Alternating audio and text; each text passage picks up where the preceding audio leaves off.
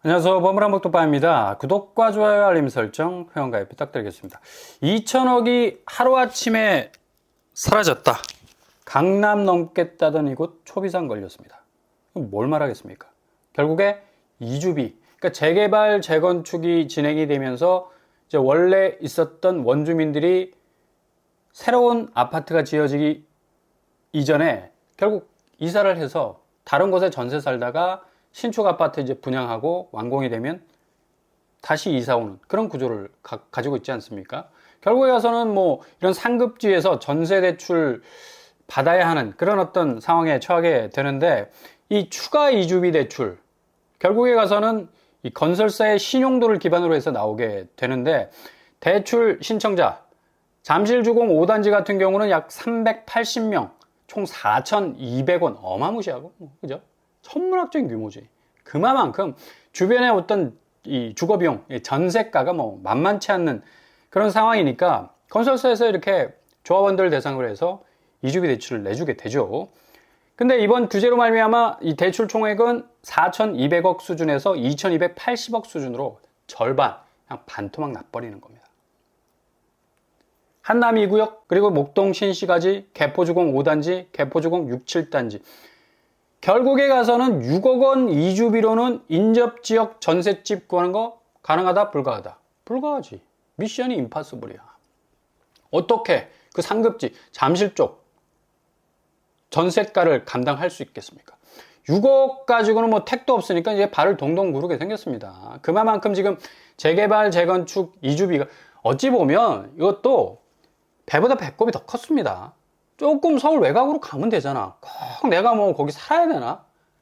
그 재건축, 재개발하는 그 상급지에 내가 그냥 콕 깨가지고 끝까지 거기서 이빨 악물고 살아야 될 필요 없잖아. 어차피 뭐 3년 뒤면 완공돼서 다시 백업 할 건데. 그냥 그 욕심이죠. 그리고 이주비 대출의 어떤 이 플러스 알파, 그러니까 꼭 그만큼 필요한 이주비 대출 받는 게 아니라 더 뻥 튀겨서 받는 경우도 많았기 때문에 굉장히 좀 허수에 가까운 대출도 많이 일으켰었습니다. 뭐 이런 이유 때문에 굉장히 좀 문제가 많았었는데, 이번에 6억 원 대출 딱 규제로 말미암아 이제 이주비 대출 부분도 재개발, 재건축 단지의 여러 가지 어떤 이 자금 유용도에 있어서 여러 가지 핸디캡이 있을 수도 있겠지만, 이런 이 기존의 부작용, 폐해들을 좀 어느 정도 잘라낼 수 있는 역할을 해낼 수도 있다는 얘기입니다. 잘 좀 들여다보세요. 집단대출 구조만 보더라도 너무 이상해. 이주비 대출 뭐 통상 권리가액의 30% 내외인데 중도금 대출은 분양가의 60%나 해줍니다. 잔금 대출, 분양가 또는 KB시세의 70%나 해줘. 근데 결국에 가서는 이게 대출로 다 이 집의 가치를 지금 더덕더덕 그냥 뭐 뼈대를 세워 나가고 있는 건데, 그 뼈대가 멸치 뼈대가 아니잖아. 그만큼 뼈대 있는 집안의 어떤 가치가 아니라 이거는 완전히 그냥 순살모드라, 순살모드. 그냥 한꺼번에 어떤 이 대출을 받은 부분에 있어서 이상이 생기게 되면 그냥 와르르 무너질 수밖에 없는 그런 구조로 갈 수밖에 없다는 얘기예요. 지금 집값, 이런 어떤 이 지표를 토대로 판단하자면 50%, 70%는 대출이 끌어올린 거야. 그러니까 그 견인력의 역할이 각자의 어떤 자기 집을 마련하려 했던 사람들의 자금력이 견인해서 그 집값을 끌어올린 게 아니라, 그 사람들이 어떻게 해서든 끌어왔던 이 대출 가치에 의해서 집의 가치가 정해졌으니, 지금 PF 대출이 문제가 되는 게 지금 자기 자본 1% 가지고 99%의 사업을 끌어왔다는 게 문제가 돼 지금 빵 터지지 않았습니까? 마찬가지란 얘기죠. 지금 집값도 너무 문제가 되는 게, 지금 70% 이상이 대출을 물고 지금 집의 가치를 결정을 받았으니까 이건 말이 안 된다는 얘기예요. 결국에 가서는 뭐 대출 규제를 제대로 뭐 정석으로 계속 하게 된다면 그만큼 최소 50%, 70%는 그 가치가 빠질 수밖에 없어요. 이거는 그냥 단순히 산술적인 계산으로 두드려 봐도 이런 결과가 나올 수밖에 없는 겁니다. 에이, 집값이 뭐 서울 집값이 30% 이상, 10% 이상 빠져도 많이 빠져. 아니란 얘기죠. 그러니까 이번에는 완전히 다르다는 얘기입니다. 그만큼 대출 규제 자체가 굉장히 선명하고 굵고 뚜렷한 어떤 방향성으로 가고 있기 때문에 지금 그만큼 상승선에서 녹여놨던 대출로 인해서 거품이 어마무시하게 올라왔던 50%에서 70%의 그 가치가 하락할 가능성이 높다. 그래서 무주택자들 같은 경우는 이번 이 집값 조정의 분기점은 좀 기대할 만하다. 예전처럼 그렇게 단기적으로 끝날 규제가 아니란 얘기죠. 그리고 2022년도 대출 한도 제한도 아닌 금리 인상만으로도 강남 집값이 30% 이상 빠졌는데, 지금 뭐 대출 규제, 그죠? 관세, 환율, 그리고 스트레스 DSR 등등등 해서 시중은행도 지금 빡빡하게 나가고 있죠. 충분히 강남도 30% 이상 빠질 가능성이 높다라는 얘기입니다. 분양시장 역시 뭐 타격이 불가피한 건 당연한 거고요. 지금 뭐 6억으로 제한됐기 때문에 실질적으로 끌어올 수 있는 이 금액의 한계가 분명한 거고, 지금 제일 중요한 건 소유권 이전 조건부 전세대출 전면 금지야. 이제 뭐 전세 세입자 내가 들여가지고 전세보증금을 어떻게 해가지고 고가의 집을 내가 마련하겠다라는 그런 이제 계산을 할 수 없는 시대가 됐다는 얘기. 아마 이전 정부, 그리고 그 이전 정부도 전혀 내놓지 않았던 그런 어떤 정책이 될 수가 있습니다. 이게 어찌 보면 뭐 자기의 어떤 소자본으로 뭐 고가의 주택을 마련하는 한 방편이 될 수도 있었지만 너무 많은 부작용이 있었잖아요. 영끌을 일단 뭐 불러왔고, 그 영끌들이 전체 부동산 시장을 자극하고 흔들어버리고 해체시키고 다시 자기들만의 어떤 리그로 만들기 위해서 그 가치를 완전히 뭐 성벽처럼 세워놔가지고 다른 사람들 접근하지 못하게 만들었고, 노른자 빨대 꽂아가지고 쪽쪽 빨아먹는 그런 어떤 아주 변형된, 왜곡된, 변질된 시장으로 가고 있었는데, 이번 규제로 말미암아 이게 완전히 일거에 뭐 어느 정도 정리될 수 있는 그런 수순으로 갈 수밖에 없는 거고요. 일례로 뭐 잠원동 메이플자이 지금 30평대가 50억 한다? 와, 이게 말이 됩니까 지금? 분양한 지 얼마 안 돼 여기 메이플자이. 그죠? 2025년 6월에 입주가 시작되면서 1년 차를 지금 넘기고 있는 아파트인데, 여기 분양가가 30평대가 17억이었는데 지금 얼마나 오른, 거의 30억 이상 올랐어. 그러니까 사람들이 이 집값 보면서 그냥 절망을 느끼는 거라. 아파트 보면서 아유, 내가 그래도 좋은 사람 만나서 결혼해서 또 토깽이 같은 애들 낳아서 좀 비둘기처럼 다정한 우리 집을 만들려면 감당이 되겠냐고. 지금 50억이 넘어가는데 언감생심이잖아. 감이 얼었어. 언감생심이잖아. 언감생심. 아니 17억 아파트가 50억이, 그러니까 사람들이 그냥 미친 듯이 눈에 불을 켜고 그냥 뭐 자기가 동원할 수 있는 모든 자금줄을 다 끌어들이지 않았습니까? 그래서 평균 경쟁률이 442대 1을 찍었어요. 이런 경쟁률이 요렇게 분양가가 실거래가로 바뀌어버리니까 사람들이 그냥 미치는 거라. 특별히 2030 같은 경우는 뭐 거의 그냥 뭐 돈키호테지, 돈키호테. 그냥 돌아가는 그냥 풍차를 향해서 달려가는. 어떻게 해서든 내가 그냥 돈을 빌려가지고 돈을 끌어와서 저 집을 잡으면 내 인생 바뀐다 라는 식으로 지금 뭐 청약을 했기 때문에 지금 시장 자체가 지금 완전히, 지금 특별히 서울의 상급지는 이게 청약 시장 자체가 완전히 변질이 돼버려요. 계약금, 중도금 일부만 딱 챙겨가지고 분양시장 뛰어들면 승산이 있다 라는 어떤 그런 계산들 이제 뭐 다 날아가게 생겼습니다. 그리고 소유권 이전 전세대출 금지도 뭐 어마무시한 영향이 됐었고요. 그리고 올림픽 파크포레온 역시도 30평대가 지금 29억, 30억 되나마나 뭐 어떤 그런 말들이 많은데, 지금 30평대가 뭐 10억, 13억 정도의 분양을 했었었는데 거의 여기도 뭐 거의 20억 가까이, 뭐 10억에서 20억 가까이 오르는 그런 어떤 추세를 보이지 않았습니까? 이렇게 올림픽 파크포레온이 재건축하면서 여러 가지 혜택을 받았었어요. 그죠? 좀 이해할 수 없는 혜택들을 좀 많이 받았었는데, 그러니까 이렇게 계속해서 가치가 올라가는 거라. 그래서 좀 형평성의 원칙이 좀 어긋나는 그런 어떤 부분도 분명히 있겠고요. 올림픽 파크포레온 역시도 자금을 끌어오는 데 있어서 상당히 좀 어려움을 겪을 가능성이 높습니다. 대출 한도가 6억 원으로 제한돼 있어서 현금이 많지 않은 수요자들이 대거 청약을 포기할 가능성도 아주 높다는 얘기죠. 84제곱이 2023년 분양가인 13억 800만 원에 공급되는데, 대출 규제 강화로 인해서 필요한 현금이 7억 원가량 늘어나는 바람에 여러 가지로 좀 어려움을 겪을 가능성이 높다. 그리고 잠실 레미안 알파크 역시도 분양한 지 얼마 안 됐죠. 여기 지금 30평대가 29억, 거의 뭐 30억 가까이 하는 그런 아파트라고 볼 수가 있겠는데, 당시에 분양 가격이 19억 정도 됐습니다. 뭐 벌써 뭐 10억이 올라섰고요. 이러다 보니까 뭐 세상의 모든 연끌들이 등장할 수밖에 없는 거죠. 이제 규제로 말미암아 잠실 신축은 현금 14억 정도가 있어야지 어느 정도 진입이 가능할 수 있어서, 이 대출 규제로 인해서 분양시장도 이제 술렁거릴 수밖에 없는 거고, 어쨌거나 저쨌거나 모든 수단 방법 동원해서 내가 저 아파트 깃발 꽂으면 반드시 시세 차익, 엄청난 시세 차익을 가져갈 수 있을 거라는 꿈도 완전히 이제 사라지게 됐다. 고가 단지 9평 분양가가 지금 20억 넘어가는데 6억밖에 대출이 안 돼. 지표적으로 보더라도 14억 정도의 현금 박치기를 해야지 그 아파트를 가져갈 수 있는데, 아니 현금이 14억 있는 사람이 그리 많지 않죠.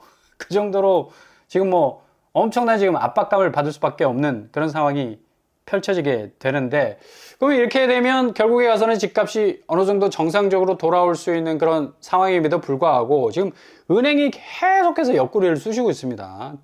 40년 주담대 됩니다. 셔터는 내렸어. 분명히 대출 창구 셔터는 겉보기에 완전히 그냥 폐업인데 이거 뒷문으로 연끌 영업하고 있다는 얘기입니다. 그러니까 어느 정도 틈새와 우회로를 두면서 수요를 계속해서 끌어들이는 어떤 영업들을 하고 있는데, 막바지 대출 영업이 한창이죠. 결국에 가서는 이제 대출 파이가 줄어들 수밖에 없는 거 뻔히 알면서 비교적 대출 금액의 파이가 큰 쪽으로 수요를 돌려가지고 뭔가 틈새 영업을 펼치고 있는데, 이것도 지금 문제입니다. 결국에 가서는 뭐 시중은행이 금리 자체를 높여, 그리고 이제 대출 규제로 말미암아 대출 수요가 확 줄 것을 예상해서 끝까지 그냥 뭐 마지막 마지노선까지 지금 대출 영업을 하고 있는데, 이게 야금야금 뭔가 대출의 어떤 금액 액수를 더 높일 수 있는 증감 추이를 자극할 수 있는 부분이 충분히 될 수가 있어요. 은행이 지금까지 지금 고객의 어떤 이 편의성, 그리고 고객의 어떤 수익성을 위해서 일한다라는 이런 어떤 명제들은 굉장히 좀 무색해질 수밖에 없다. 전 금융권 주택담보대출 증감 추이 보세요. 5월 달에 뭐 거의 5조, 6조를 찍었는데, 뭐 은행 수익률로 보자면 엄청난 어떤 영업이익의 확대라고 볼 수가 있겠죠. 대출 규제 딱 터져버리니까 또 그냥 뒷문에서 영업 확대 이익을 위해서 이 대출 수요가 어느 정도 대출 금액의 파이가 큰 쪽으로 또 선택지를 정해가지고 살짝 그런 식으로 드리블을 치고 나가고 있는데, 요것도 조금 뭐 셔터를 좀 내려야 될 그런 어떤 이 필요성이 분명히 있다고 보여지고요. 시중 5대 은행이 1월에서 5월 주택담보대출 증가율을 보더라도 농협이 뭐 압도적이죠.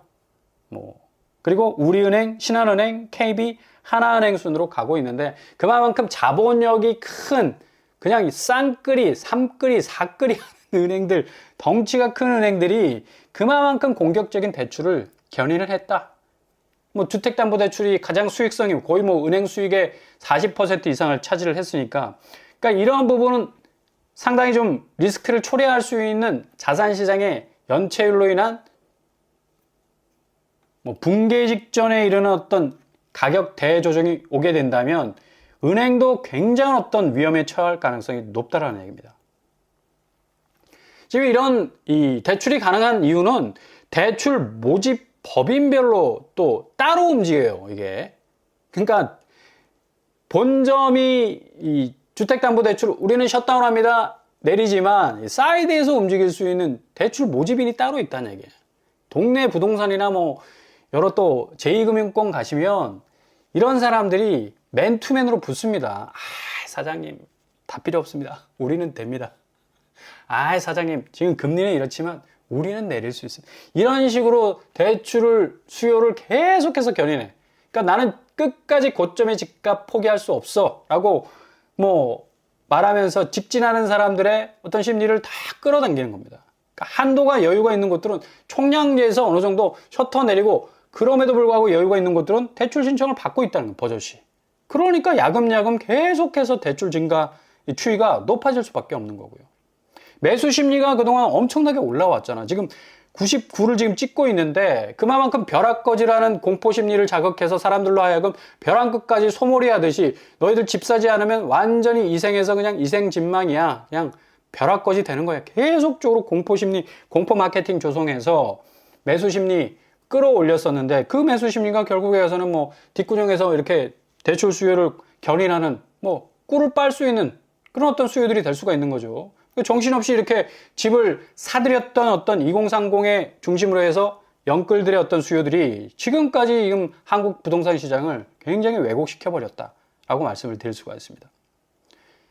정부에서는 이런 식으로 이게 규제가 제대로 먹히지 않으면 앞으로 세제 조치도 검토할 계획이라고 지금 하고 있죠. 이게 최후의 수단일 수밖에 없는데 이재명 대통령이 일단은 부동산 세제는 건드리지 않겠다라는 공언을 했습니다. 그래서 세제 조치는 확실하게 이제 최후의 수단으로 뒤로 밀어둘 거고 아무튼 뭐 대출 규제라는 어떤 강력한 한 방이 터졌기 때문에 실질적으로 전방위적으로 전체적인 어떤 부동산 시장의 조정세는 확실하게 뚜렷하게 지표적으로 나타나게 될 겁니다. 세금 조치는 아마 뭐 최후의 수단으로 강구하겠지만 이 카드를 내지 않아도 어느 정도 이 주택 시장은 상당한 안정세로 접어들 가능성이 높다. 매도세 보세요. 확실하게 떨어지고 있잖아. 그러니까 매수세는 올라가 있어. 매도세는 지금 떨어져 가고 있대. 결국 집주인들이 더 체감적으로 더 본능적으로 알고 있다는 얘기죠. 그러니까 정신없이 그럼에도 불구하고 나는 내 집을 사련다. 마이웨이를 가는 사람들 막지는 못하지. 근데 그 결과의 후폭풍은 어마무시할 거라고 생각됩니다. 뭐 이전처럼 뭐 빚을 탕감해준다, 더 대출을 해준다라는 시대는 이미 저물었어. 버스 떠났다고. 그러니까 더 이상 거기에 기대서 뭔가 이상한 자기의 스탠스를 가지고 고집스럽게 고가의 집을 마련하기 위한 전략을 짠다면 굉장한 어떤 개인의 디폴트가 찾아올 가능성도 높다고 보고요. 강남구 거래량을 보더라도 지금 딸랑 한 건에 그치잖아.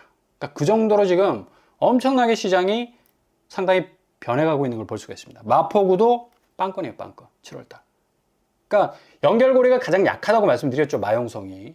강남은 되고 싶은데 강남이 되지 못하고, 강남을 강남이라 부르지 못하고, 그리고 그 강남 속에서 살 수 없고, 그 강남의 가치를 따라갈 수 없는, 결국 마용성은 마용성일 뿐이다. 기대 심리와 펌프질이 그동안 엄청나게 가치 확대를 이뤄왔던 그런 어떤 지역이라고 할 수가 있는데, 결국에 와서 이 규제의 폭탄을 제대로 한 방 맞는 곳은 마용성일 수밖에 없다. 빵건 나오지 않습니까? 용산구 빵건, 성동구 빵건, 빵빵빵이야. 이렇게 된다면 결국에 가서는 마용성의 지금까지 단기간 올랐던 상승세는 엄청나게 그 상승분을 도로 반납할 뿐만 아니라 리버스야. 거꾸로 돌아갈 수 있는. 그러니까 마용성이 그 전에 마용성의 본래의 모습으로 돌아갈 가능성이 굉장히 높다는 얘기예요. 이번에 집값 단기적으로 오르면서 마용성 쪽으로 어마무시하게 자금들이 몰렸었거든요. 여기 고점 집값에 물린 사람들 상당 부분 어려움을 토로할 가능성이 높다는 얘기입니다. 노원구 역시도 그러면 이제 노도광이나 금강구 6억 이하의 집들이 많으니까 수요가 대거 여기에 몰려서 이쪽 집값 올라갈 수 있겠구나 했는데 웬걸 지금 노원구 7월달 거래량만 보더라도 2건에 그치고 있습니다. 2건. 그러니까 그 정도로 전체적인 어떤 부동산 시장의 어떤 재편, 지형도 변화를 예상하고 있는 이 수요자들이 지켜보겠다는 얘기예요. 그러니까 노도광도 금강구도 서둘러서 내가 말을 달려서 여기 집을 살 이유가 없잖아. 전체적으로 입지나 교통환경편이 노도광보다 금강구보다 좋은 곳들이 노도광 수준, 금강구 수준으로 내려올 가능성도 충분히 있습니다. 50% 이상 서울 집값이 빠질 가능성도 높다는 얘기야. 그러니까 그런 어떤 기대감을 가지고 좀 기다리셔야 된다니. 지금 경기도는 완전히 지금 작살나고 있고요. 6월 27일 그 기준점을 중심으로 해서 화성시, 뭐 김포시, 그죠? 뭐 잘 나갔던 뭐 분당, 또 수원 등등 해서 여기도 뭐 같이 강남권의 어떤 상승세와 동조해서 집값이 쑥쑥 올랐었거든. 과천이 뭐 어마무시했었지 않습니까? 지금 화성시 동탄 린스트라우스 6월 27일 기점으로 7억 5천 빠졌습니다. 35%. 박살 난다고 보여야지. 그죠? 김포시 서울 접근성이 그래도 우수한 경기도권 아닙니까? 27일 기점으로 4억 4천 빠졌어. 40%.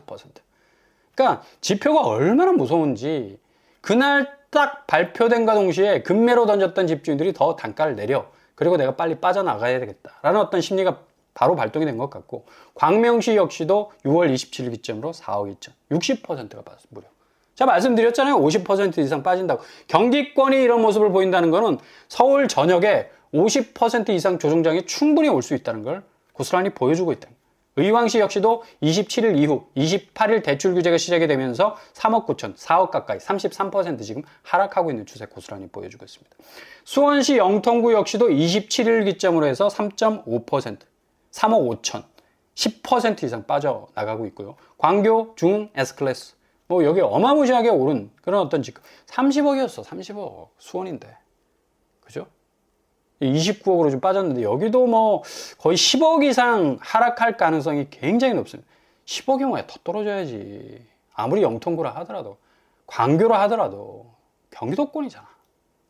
성남시 분당구 뭐 분당과 과천이 경기도권 아파트 값을 뭐 견인한다 했지만 27일 기점으로 해서 3억 이상 14% 이상 지금 하락하고 있고요. 시흥시 100곳 6월 27일 기점으로 37% 이상 하락 3억 정도 지금 빠지고 있습니다. 과천시가 지금 문제인데 27일까지 최고가 거래가 되고 28일 대출 규제 시작되면서 잠수 탔어. 옐로우 서브마린이요. 옐로우 카드 받아야 될 그 지역이었는데 지금 옐로우 서브마린 됐습니다. 잠수를 푹 타버렸어. 그러니까 28일 이후로 거래가 안 나와. 아마 첫 거래가 굉장히 어떤 시사하는 바가 큰 거래가 될 것 같고요. 과천시도 거의 뭐 분당급에 해당될 정도로 3억 이상 빠지는 그런 어떤 양상 보여줄 겁니다. 그동안 어마무시하게 과천이 올랐기 때문에 어마무시하게 빠질 가능성도 높다라고 말씀을 드릴 수가 있겠습니다. 뭐 6억 대출 제한 끝이 아니다라는 말도 나오고 있고요. 토호제 확대 등 뭐 추가 규제 뭐 더 나올 가능성이 있는데 7월 한 달간 집값이 어떤 추이로 가느냐에 따라서 추가 규제가 나올 것인가 아니면 뭐 지금 이 규제로 계속해서 밀고 나갈 것인지가 결정이 될 것 같습니다. 아무튼 무주택자 입장에서는 굉장히 호재입니다. 집값이 정상적으로 다시 돌아올 수 있는 2015년 아니 그 이전까지의 집값 수준으로 간다면 충분히 부동산 시장은 정상화되고 앞으로 뭐 출생률, 결혼율 또 대한민국의 어떤 경쟁력은 더욱더 확보가 될 것으로 보여집니다.